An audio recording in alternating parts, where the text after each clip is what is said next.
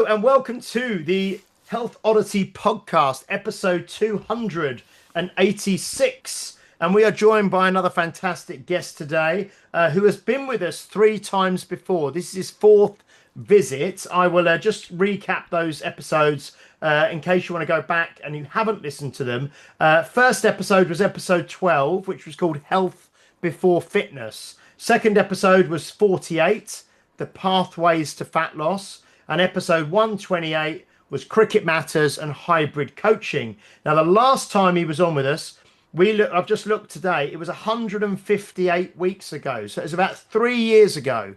So we are welcoming for his 4th appearance to the Health Oddity podcast, Mr. James Breese. How are you doing, James? Very well, thank you. And this is my first guest podcast from the new clinic room. So you guys are the first people to actually have me present or talk from the clinic. So there you go. That's exciting times too. Excellent. And where are you in Cardiff in Wales? Just outside. So this is about 20 minutes outside Cardiff and about 10 minutes outside Newport. We've built this inside an indoor cricket school.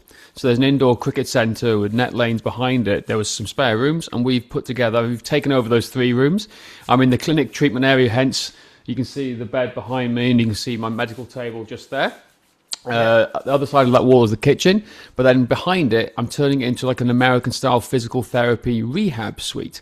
So essentially, there's going to be a gym area outside there, about 12 meters by 6 meters, just outside, but also doubles up as a performance analysis suite. So there's going to be a large TV so people can look at their cricket analysis and then do it. So the idea is we can take cricketers from the training nets, essentially, on the floor, to the treatment table, to the gym floor, to the analysis suite, all in kind of one foul swoop. So it's kind of exciting. It wasn't what I was expecting to do this time last year, I tell you that much. But it's been a whirlwind journey.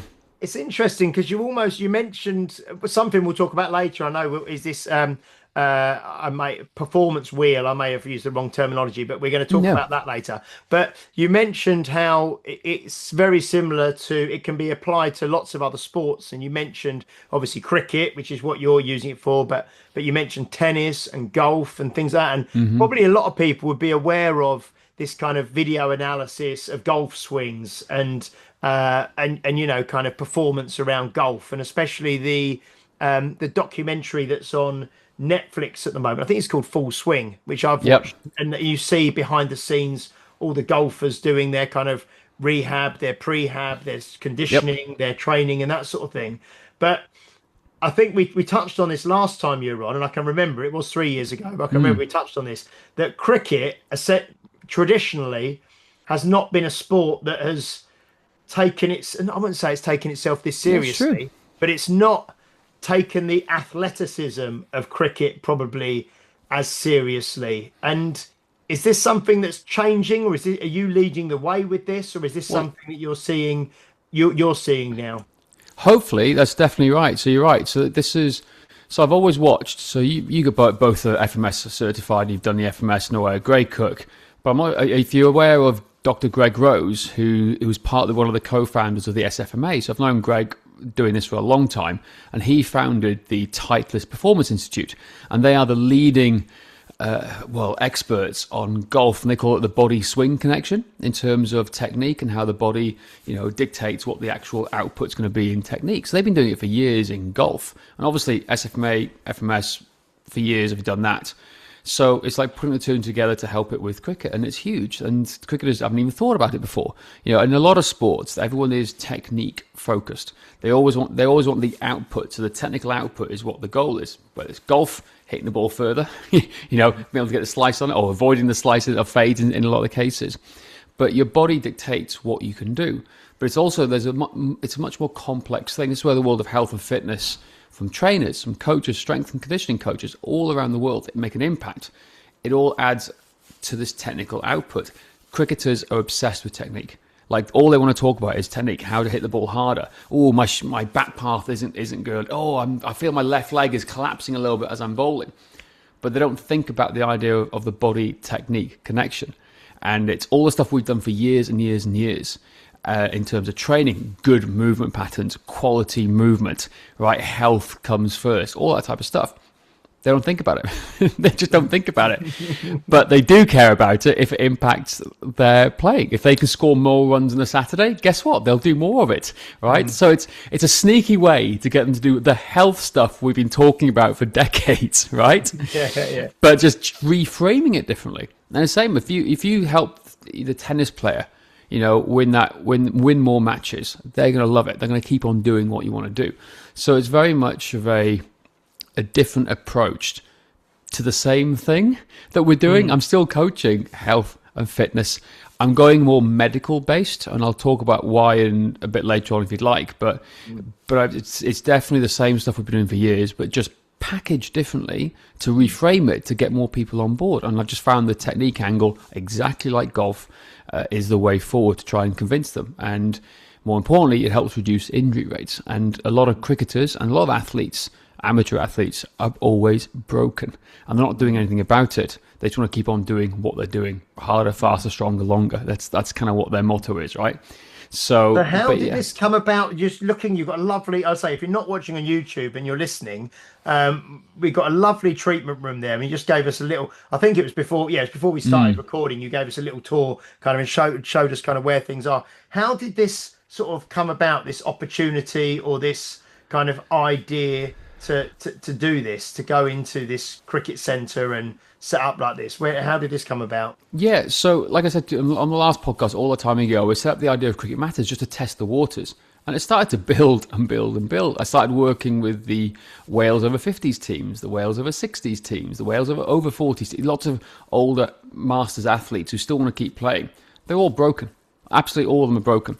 Yet none of them really want to invest in fitness. They just want to keep playing cricket. They think that's the way forward.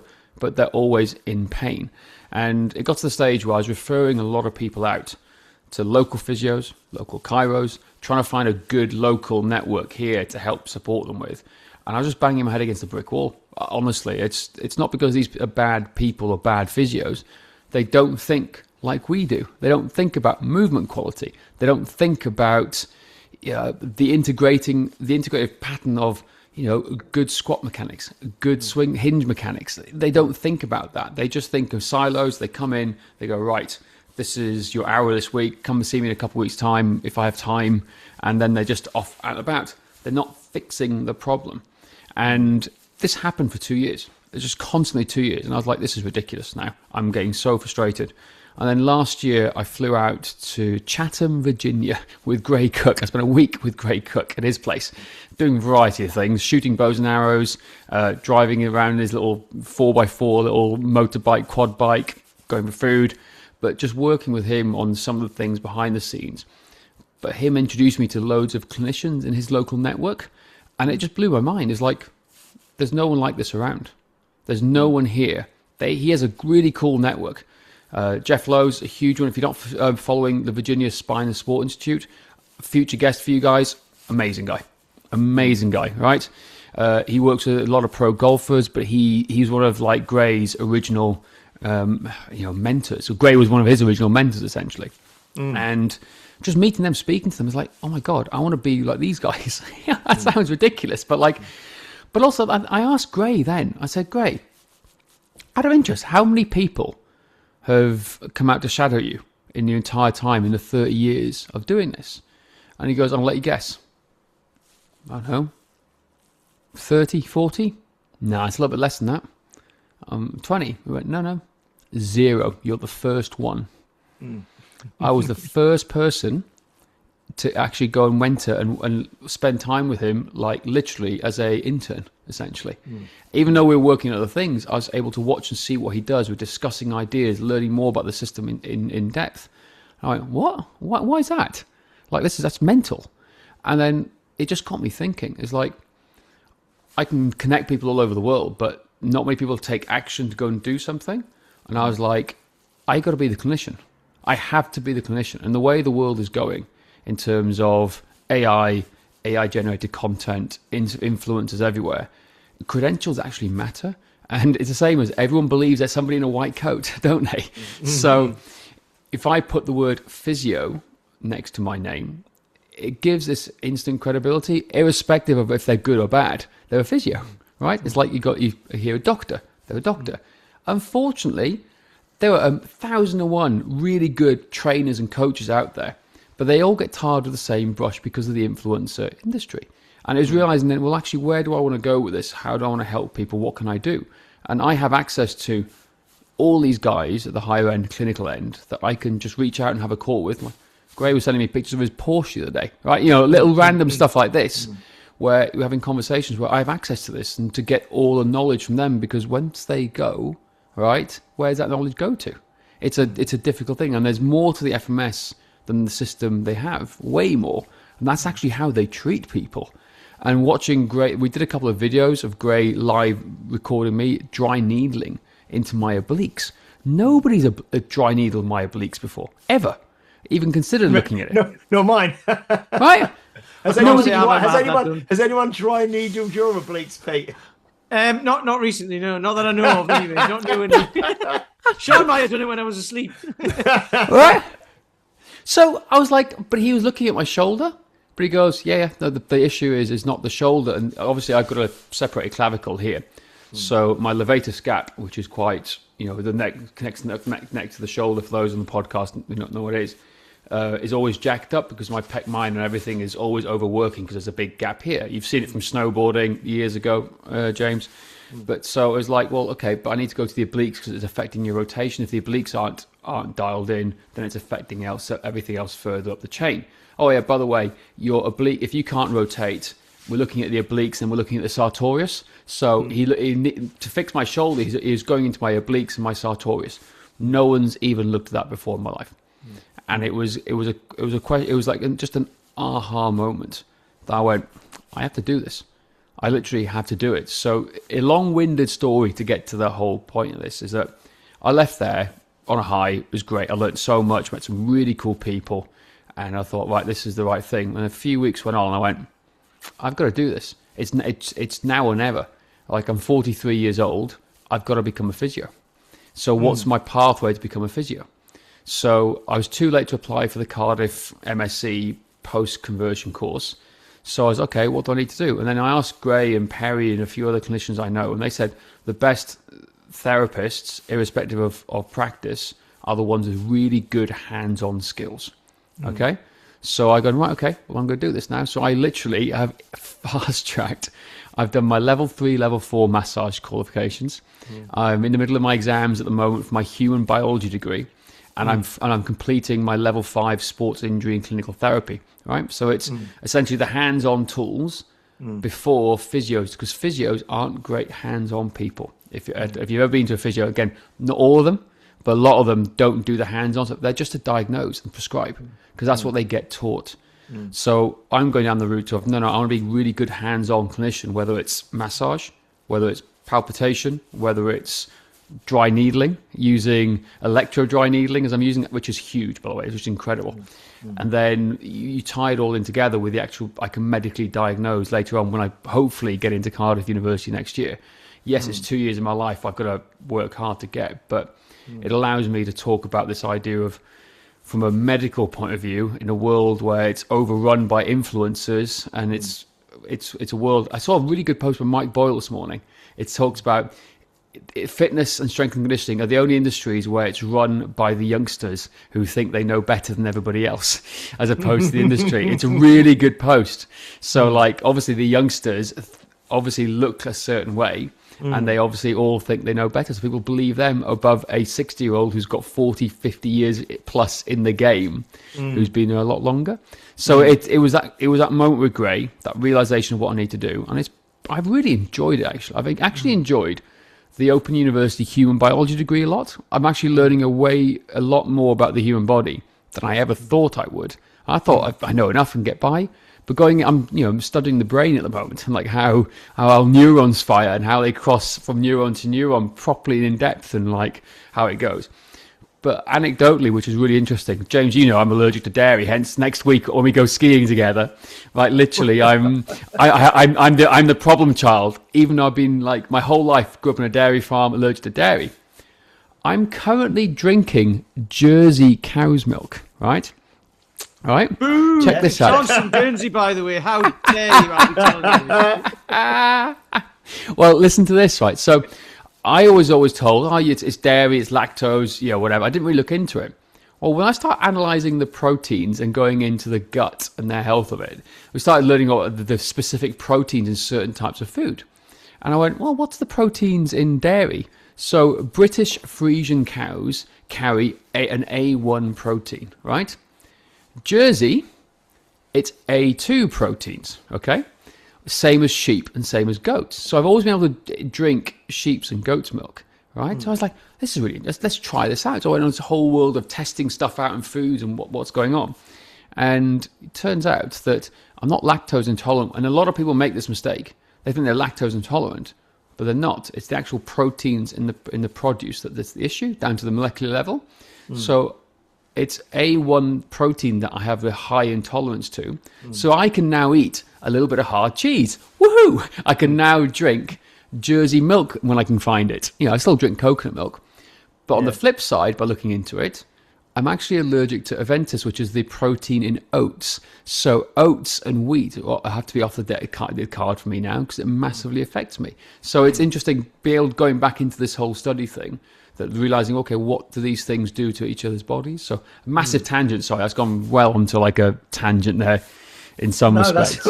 But as I always do. It's interesting because I was going to say, I'm interested in that sort of stuff because it's not even just food. It's like anything, isn't it? But it's very quickly, we use the natural deodorant thing, the Brett guy who we had on, right? And I love it. But I bought this one. It was like mint and eucalyptus or something, right? And it's dead funny because I sent something to my brother for his birthday. I said, you don't spread it on your toast. You put it on your pits. Right? But this mint and eucalyptus one, and I started getting like really dry skin under my armpit. And I thought I had like ringworm or something. So I bought no, but like I said to Sean, I was like, look at this. And she goes, I've had ringworm in the past. So I bought some like athlete's foot cream and I was like rubbing it under here and all that because fungus in it. Yeah. And it was, and I'm not saying natural deodorant's bad for you. This specific one, mint and eucalyptus, it makes my skin dry, and I don't know why, and I don't need to know why. I just know that it does. So every other one I've used is great. So like that, but it's having the presence of mind to think of that, isn't it? Because I was like, what have I done? What's changed? Yeah. It's here. What have I done? And it was like, that's what I've done differently. Well, so I'm fascinated by stuff like that because a lot of this stuff is quite easy to sort out if you just look at what's changed. It really is, and honestly, I'll tell you this now. So this was part of the whole process. So going through this, I'm doing the human biology degree, right? And it's interesting. I genuinely thought it'd be crap. I honestly did. I thought, oh gosh, this would be useless, right? It's open university, the stigma attached to that. So anyone who's been to university, the university snobs or whatever they want to be, right? So I had the stigma attached to it. It's really good. It's a really good learning environment. It's self-paced and going through it. So going section by section. And we're talking about the digestive system from the whole digestive tract all the way down and how it absorbs and going to the stomach, the small intestine, the absorption. Anyway, long story short. And I was like, at the same time, is when we're starting to build out the clinic here. And there's a lot of work going on. I had to travel a little bit as well. But I was getting really brain foggy and like fatigued. And I was like, well, I don't know what the hell is going on. What the hell have I done differently here? Right? What is happening? And I was like, I started doing some of this and I started looking at the protein levels and I started talking about lactose and the protein. I go, well, let's have a look at this properly. Let's have a look at my whole diet. And then I went and looked at the change I'd made from that 3 weeks of here when I was like, oh, I can't think straight. I'm like collapsing over. Was the only place to eat quickly. And my dad was here with me doing all the building work here. Just props to my dad for this anyway. We were stopping at McDonald's every night, and he wanted McDonald's because it was quick and easy for him to go home because where he's staying at my sister's, there's nowhere to cook. I was like, okay, well, let's do it. So I was having like chicken selects a lot of the time, right? I was going home and I was having a lot more breaded chicken because it was just quick and easy. Boom, in the air fryer, cooked, bam. Because I just didn't have physical time. I was like putting food on while I was unpacking or jumping in the shower and coming out. And it was just one of those periods where anyone is busy, but I was eating a lot more convenience food. So I was like, well, I'm eating a lot more of this. What's in this? There's a lot more wheat. Interesting. So I took on like a strict protocol of elimination. Worst time ever at Christmas, right? So I thought, well, let's just try this while I'm doing it. So for 2 weeks, I ate chicken from the butcher's, olive oil, some herb, basic parsley and basil, right? And white rice. And then rice crackers with almond butter. That was the protocol I kind of followed. And it was That's the exact diet of a 20-year-old influencer right there, by the way. yeah. horrendous, right? But I kept the calories the same and I tracked it, meticulously at 2,400 because that was I know that's my maintenance level. I lost 4 kilos in 2 weeks. 4 kilos in 2 weeks. There's no way you can lose 4 kilos of fat in 2 weeks. It's physically almost impossible. All water weight. I was like, well, this is mental, right? This is nuts. So I remember then on the post 2 weeks, I went, right, I'm going to reintroduce, because I always felt puffy. And I was like, my skin was flaking across my side of my face down like this, which is what I get when I have dairy. Well, that's what I thought I did. And I was there looking at it going, well, what's going on here? Let's just try to find out. So I remember it was like about a week before Christmas. I went with Helen, my partner, and we went literally to test out oat milk, because I only had black coffee the entire time as well, right? Oat milk in a latte. Within 2 minutes of me drinking half of this latte, I had a blocked, congested nose, and my airway started to close, right? So it was like a really, what's going on here? It's like I can't breathe properly. Not that it was like anaphylactic shock or like shutting down, but it was like, I don't like this. This is ridiculous. I'm not going to do anything else for the rest of the day. So by 1 o'clock, I had a complete brain. I had to go to sleep. I literally, it completely like wiped me. I was like, that's mental. Took a 2 days off, back to my chicken, rice, and like herbs, right, and a bit of olive oil. And then I tried a mince pie, just a mince pie, just to see what happens. I had a huge reaction. Again, crash. So it was like, what is affecting me here? And then I tried a bit of bread, a bit of like sourdough, probably a nice bit of bread, right? Within 6-7 hours, I had a rash across the side of my face down here for the first time in 2 weeks, just from that bit of bread. So by process of elimination, we figured out 2 things. One, I'm I'm entirely intolerant to wheat. Right? I have a very high wheat sensitivity, and I have a sensitivity to the protein in oats, which is Avantis. Those are the 2 things. So my whole life, I've been eating this stuff and not really knowing why or what's going on. And I just tolerated it. But by taking it out, I realized that, oh my God, do you know how hard it is to buy food these days without wheat in it? It's so hard. Like I'm now like Tesco's biggest fan from the free from section, right? In like getting certain things here. But I wasn't aware. I was blissfully unaware. I was just carrying on normal. And that's why, again, like go back to the protein, the Jersey milk. I can drink Jersey milk when I find it because it's nice. I can eat a bit of hard cheese. It doesn't affect me. I've maintained that weight. That weight loss I've dropped, I've just maintained. And it's been Christmas. I haven't trained that much. I've been eating normally. But it's really fascinating how, like I said, those reactions or these things that you dismiss may be something else. And yes, it takes willpower. And yes, it takes dedication to figure out, well, why? Right? Because eating just chicken, white rice, and parsley and olive oil is boring. And for a lot of people, that's really hard. It's meal prepping as well. So you cook like 4 chicken breasts in a go, loads of rice, boom, eat it all up. But to preempt all this, when I was in Rome in early November, I got food poisoning. So I was literally in hospital, like literally for a couple of days, like just absolutely KO'd. So the whole food thing was part of that journey. It's like, well, why did I get food poisoning? What's going on here? And then followed by this up and down fatigue and like brain fog, which led me to that. So for anyone listening, it is really interesting that when you break it down to realize, well, actually, whether it's deodorant, whether it's wheat like me, or whether it's even oats, right? Because everyone drinks oat milk, right, these days. There are more people who are sensitive to some of these things that you may realize. It doesn't mean you stop eating the food you want. It just means you can then decide if you're going to take the hit. So, okay, well, I had a couple of mince pies, but instead of eating mince pies midday at lunchtime, I ate it late at night because I was like, I'm going to fall asleep. So you can make conscious decisions of when you're going to do it. Yeah, that's great though, because obviously, I mean, there's loads of things now, like again, you see influencers all over the shop with blue light blockers and evening routines and like what you don't watch the news and all this. But most people, I think, who are walking around, and this used to be me years ago, just feeling a little bit rubbish.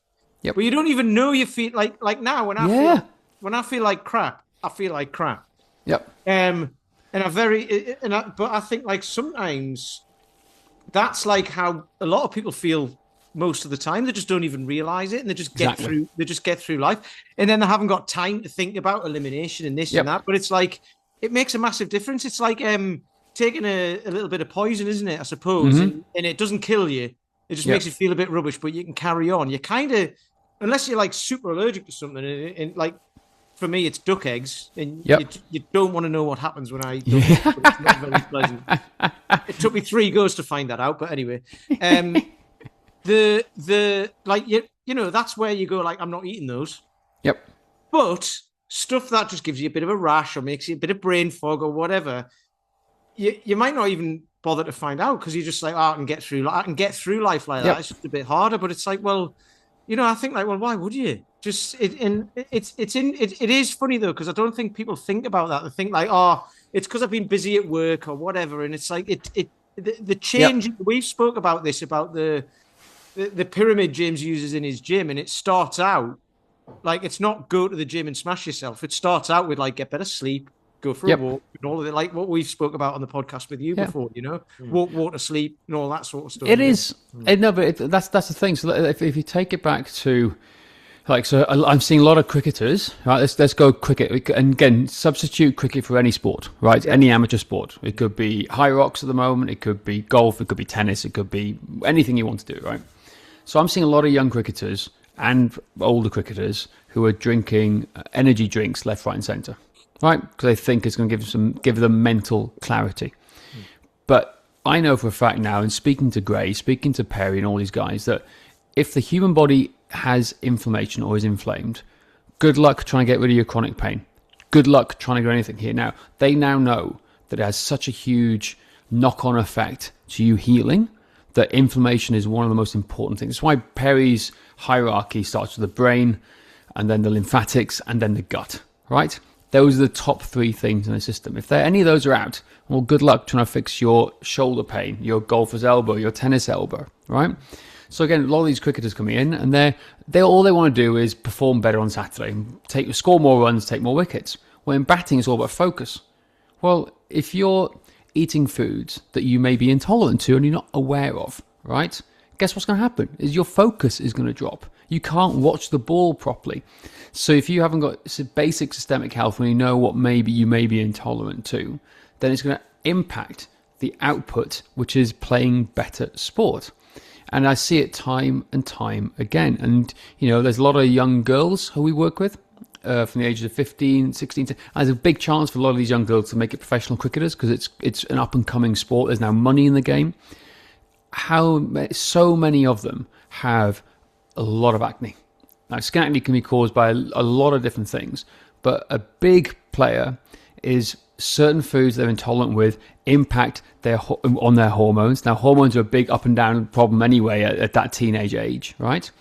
But if you add a food that they're intolerant to on top of fluctuating hormones and developing adolescent, well, it's a recipe for disaster, hence huge breakouts. And we had a couple of girls recently came in for back pain, but they had huge skin flare-ups, and we identified they had intolerance. One was to eggs, the other was to dairy, right? And I was just talking about my experience of having it and saying, hey, consider this. And within 2 weeks, their skin has dropped down. Now, beginner's luck, maybe, or just the parents wanting to take action.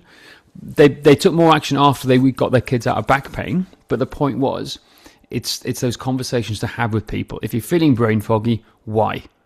What's going on? What have you done different in your diet potentially? Okay, nothing different. Cool. Then maybe it is stress. Maybe it is lack of sleep. But we need to have a bigger picture. It's not about the right diet. It's about realizing that every human body has a different tolerance to foods, and we need to understand what is right for you or not right for you. You know, as the case may be. So back to the original question of like how I started this up. It's mental, and that was it. So you know, in sense of. We go back to the idea of like the cricketers, the meeting with Gray, meeting a physio. And then in this indoor cricket centre, there was 3 rooms to the side that weren't being used. And I thought, well, it's now or never. Well, I need to start working with people. I'm always struggled to have somewhere where I can physically treat or work with people. And Ollie and Rich, the centre's owners, said, yeah, Breezy, it's yours. If you want it, it's all yours. And that was it. So we took it over technically from the 1st of October. Dad started here in the middle of November, and we're now at clinic is done, bar some posters and a few little bits of plants and some nice stuff in here. Kitchen appliances are done, and then the big next stage is the gym. So you boys are both more than welcome anytime to come over when it launches. So fantastic. That's so it. Talk to us about this performance wheel that I saw on your Instagram, I think, and we've had you on, like you say, 3 times before, and you've always had kind of models that you've used, like in terms of to explain and to kind of classify and clarify things, and famously, we use yours a lot, the WWS, the water, the sleep, which Dan John actually improved, because you do 777, he did 888. He said, "Oh, mine's one better." So Dan's WWF is 8, 8, and 8, just because yours nice. is 7, 7, 7. I love that. I need to message Dan about that. Yeah, so you've always had these kind of models that have kind of, which are great to kind of for people to understand, kind of, I suppose, slightly more complicated concepts, but to make them very accessible and very easy to understand and easy to present and that kind of thing. So this kind of performance wheel that I saw from you, which specifically you're using for cricket, but like you said, it could be used really for any skill-based sport, I suppose, or pursuit, or potentially any kind of everyday athlete. Kind of point a kind of phrase that you've used. So what's the performance wheel? I'm going to send a request to share my screen, if that's okay with you. Let me know if I can share my screen if it comes through.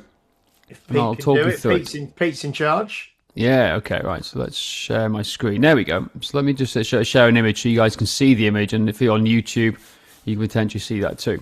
Okay. Can you see it?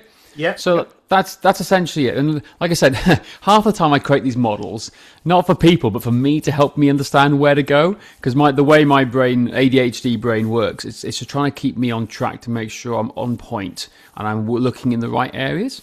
Hence, all the models, the hierarchies, WWS, like, are they doing this? Are they doing that?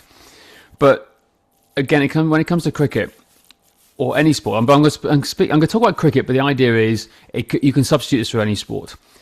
Cricketers are obsessed with the middle section technical output. They will talk to you at the cows come home, how they've been tweaking their technique when batting, their grip, their stance, their backswing, their wrist position when they're bowling, their shoulder position. They'll talk about it till the cows come home, right? But they can never really get anywhere with it. They're always failing and struggling, because they think technique just happens by just working harder and performing better. But it's not. It's like, we looked at it in a more in-depth environment. Now we know if your body has a restriction, it's going to limit you in the performance angles, like same as golf. You can't get a full swing of the bat, for example. Now, the way I talk about it all the time is, if you can see me on camera here now, is if you can't rotate your neck, right? So if you say you have a restriction with your neck, like this, you can't fully rotate at 89 degrees here.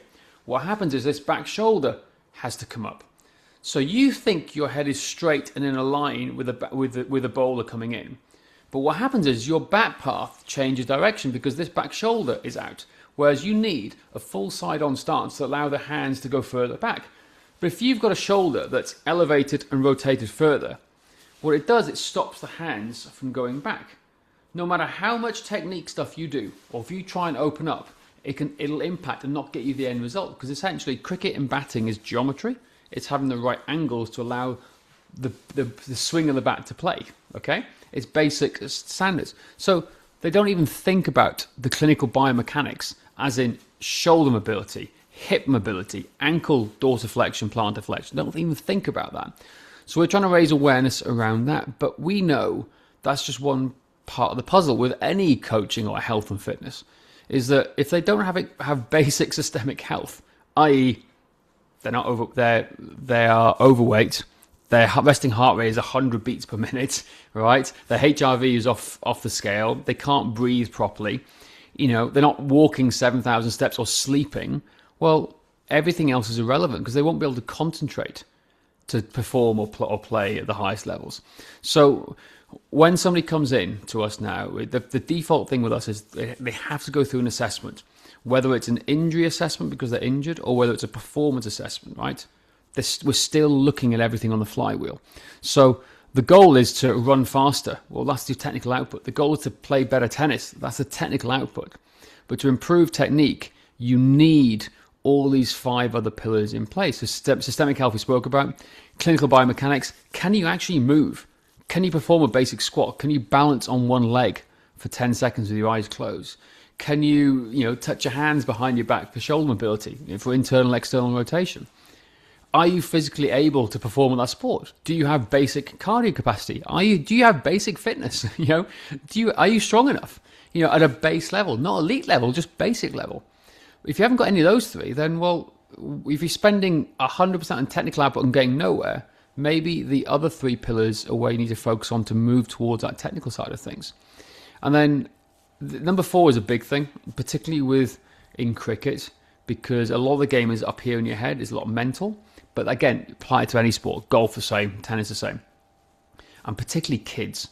So one of the biggest things I see with all the kids out there coming in to see me at the moment is that they're practicing their technique and they look great in practice sessions. But when they go out in the middle, they're absolutely crapping themselves. They're really nervous and scared. They don't know how to control their nerves. So the mind dictates everything else, right?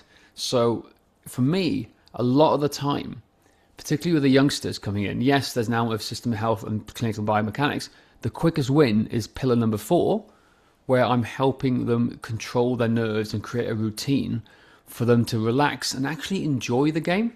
Don't worry about the coaches, don't worry about their parents, just don't worry about the bowler coming in trying to knock their head off. It's about fun and having fun. But if you can't control that fear and that emotion, then everything else goes out the window, including technique, because it's fight or flight mode again, right? And then, classic metabolic fueling. This is just mental. How many people do we know in any walk of life are just chronically dehydrated? Just chronically dehydrated, right? Or they're undernourished, or they're just eating terribly. Now, I'm not saying you can eat perfectly, but if you want to play and really do really well on a Saturday playing cricket, and you're going in with a couple of McDonald's, like breakfast options, plus a Tesco meal deal, plus a couple of coffees, do you think you're really fueled to think and act accordingly? Are you fueled to recover and perform well? Are you going to be able to focus whilst being dehydrated? Probably not. So it's putting it all together. Now, where we start is absolutely dependent on where the athlete walks in, right? So it depends on them when they walk in, because you can have a conversation with some people. You can have a conversation going, mate, we need to sort out your sleep. But other people will not buy into that. So you're going to find somewhere along that line, where's a quick win to get people to buy into it. And when they buy into it and they see that their technique improves, that's where you get long-term sustainability. And they want to, keep going back to work with us, but also more importantly, that they want to improve and they improve their health, because health still comes first. It just depends on how we get there. Does that make sense? Mm-hmm.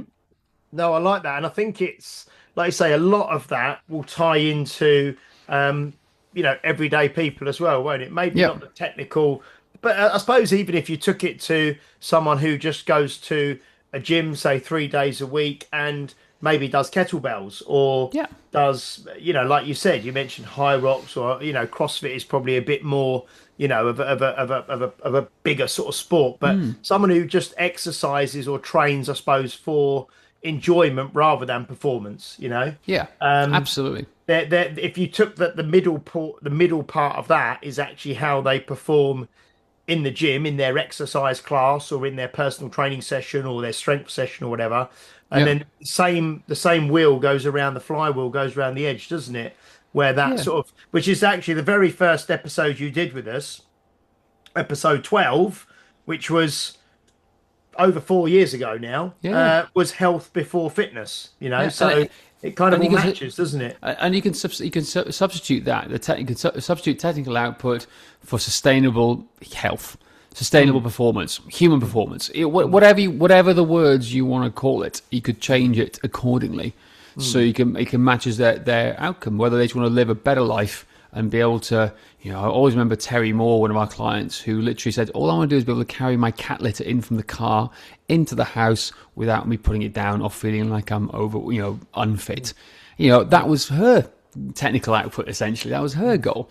So you can change that middle bit for whatever it is here, but all of it is relevant to every walk of life, in terms of what we think and things. But we've just put a spin on it now to say, like I said, health comes first. All those years ago, it's exactly the same thing, a different spin to get more people to buy into it. And it's like the hook. How do we hook them in? Boom. Okay, this is how you score more runs or hit bigger bombs. You hit bigger sixes, right? Because that's what they all search for. How do I hit sixes bigger? How do I bowl faster?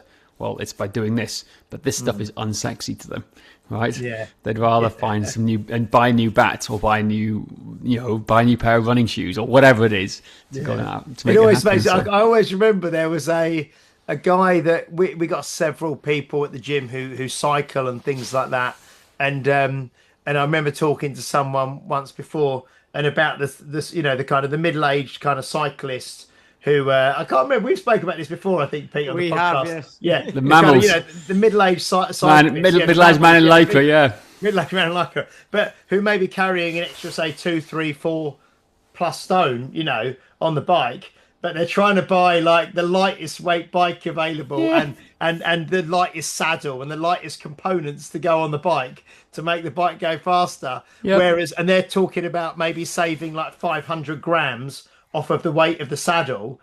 But if they could potentially lose like, 2, 3, 4 stone, which would have a much more of an impact on the speed the bike goes and the performance of them as a cyclist as well. So we always go for, it's like the person who buys the fanciest tennis racket, but can't hardly play tennis. I know. Whatever. I had that recently with a friend, and he's exactly like that, exactly as you described it.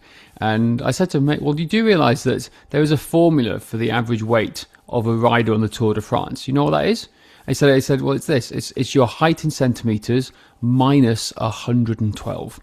So if you're 173 centimeters tall, which I am, right, and I minus 112, that's 61 kilos I should be. I currently weigh 69.5, right? I need to drop another 8 or 9 kilos to get to the level of what the riders are here. So I said to him, I go, how tall are you? I'm 180.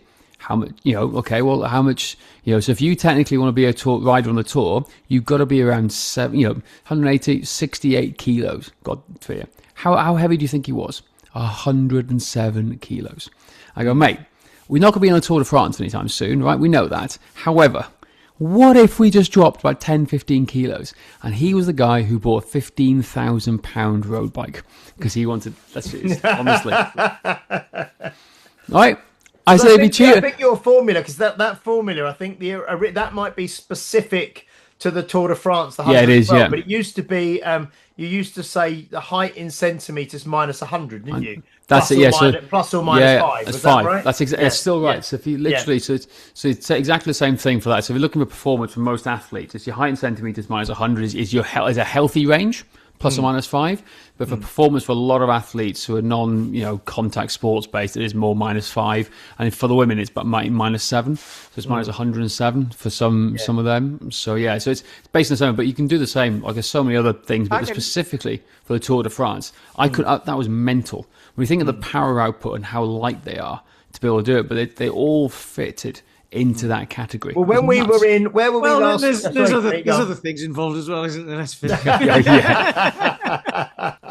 There's other factors. Yeah.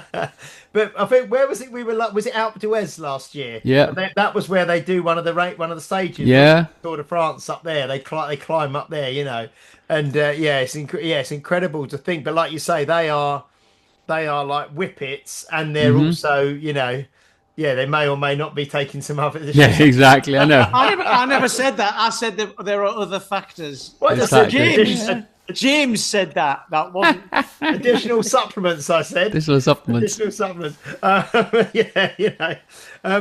So I mean, what are we looking at in terms of?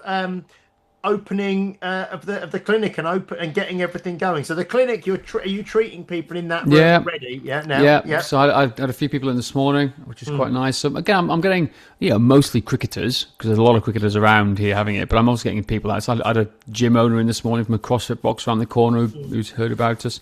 Various people coming in here. So yeah, the clinic is technically fully operational. That's where the surgical instruments in the background over there tend to be hiding out there. So that's here now. The kitchen's done. So we're hoping, because the hardest bit was for my dad was just doing the rewiring and the heating in here. So he had to redo everything. You can't see it on the walls, but we had to put special plasterboard on with insulation about that thick. Oh, here we go. My camera's zoomed in. Let me get out again. Here we go. All right.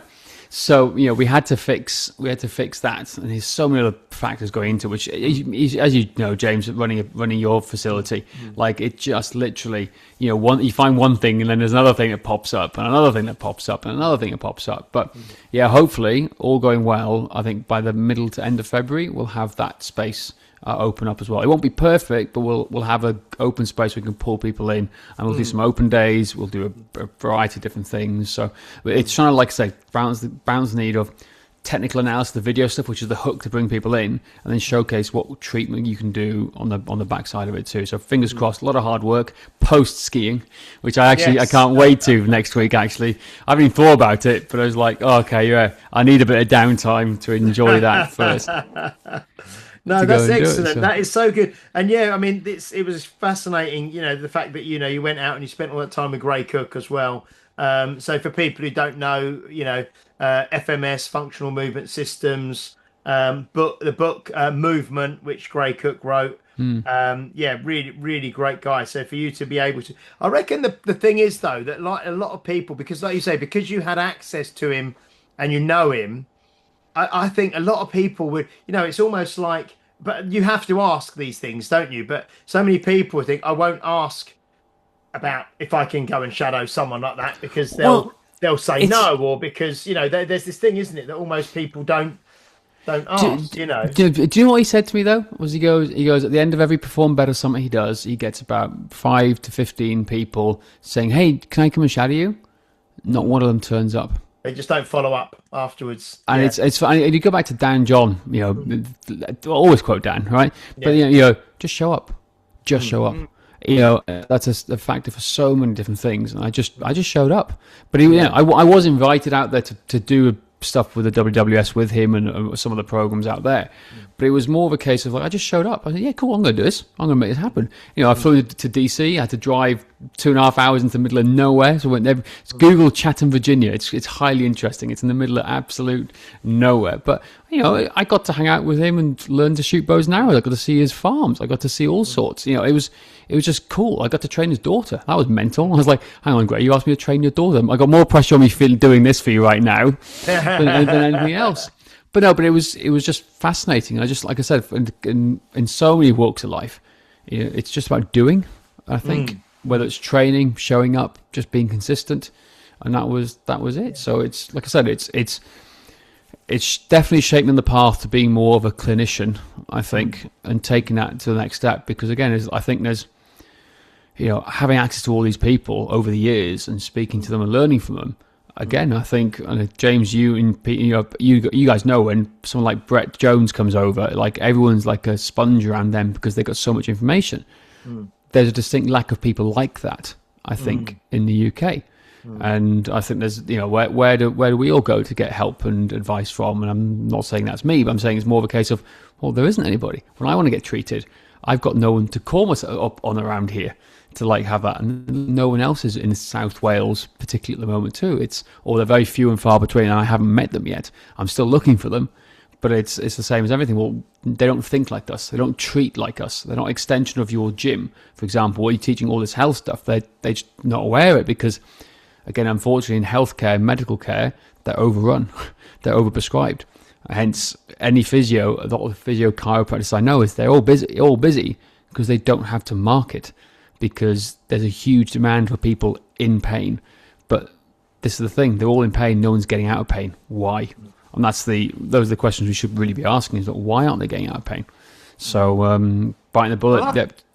That's what's mad, because, I mean, my parents never went to see any physios or anything like that. You know, and I'm not saying they weren't necessarily in pain, but they didn't sit down all day and they didn't, and all these different, like the modern lifestyle, isn't it? And they ate proper food and all of that. So meat and three veg, bit like James, what is going on with your own cricket? Update us with your cricket, because you travel all around the world playing cricket now as well, don't you? Yeah, so it's kind of exciting. I'm in the squad for the over 40s World Cup next October. So we're going to Barbados, the West Indies. So for the over 40s, is that this October? This October, yeah. This October 2026. So that's pretty exciting to do that. Last year I was only up in Stirling. We had like a home nations like England, Wales, Scotland, and Ireland, which is pretty cool. And then the year before that, I was in Cape Town. So I had the over 40s World Cup in Cape Town a few years ago. That was an incredible experience. It's just great. It's so funny. I'm getting to play against people I used to watch on TV. It's mental. Like all my heroes I watch on TV. Yes, they may be 20, 30 years older now, but it's mental. Like watching like Andre Nel actually is based in Chelmsford. Actually, he's so again Andre Nel, a famous fast bowler from South Africa, really famous for his spat with Brett Lee in the middle of like a test match, right?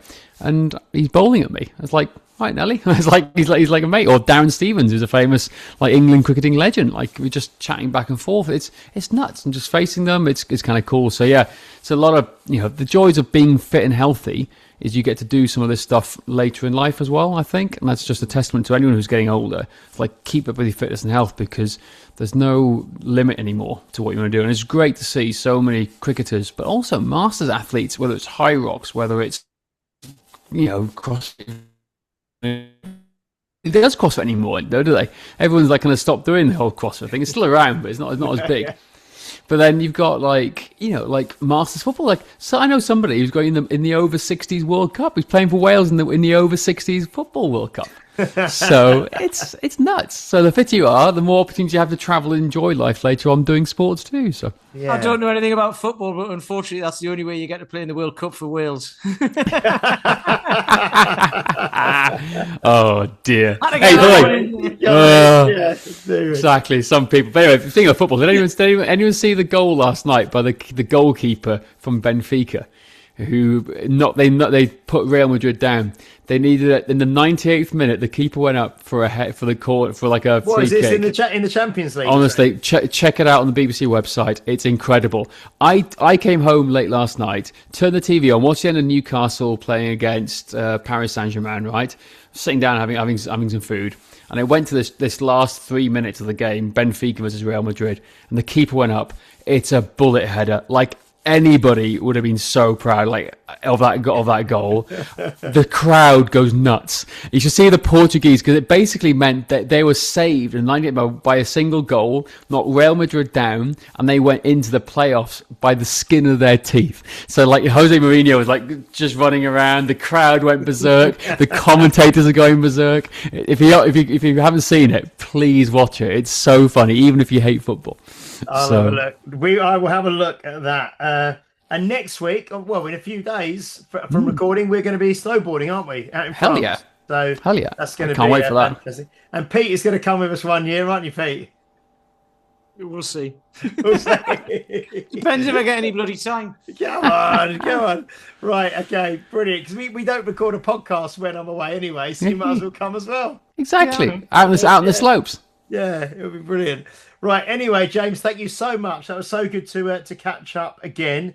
My pleasure. We won't leave it for 3 years till the next time. And like I say, I'll be with you next week in person, so we'll have lots of chats. Can talk about loads of stuff around business and training and things, which will be great.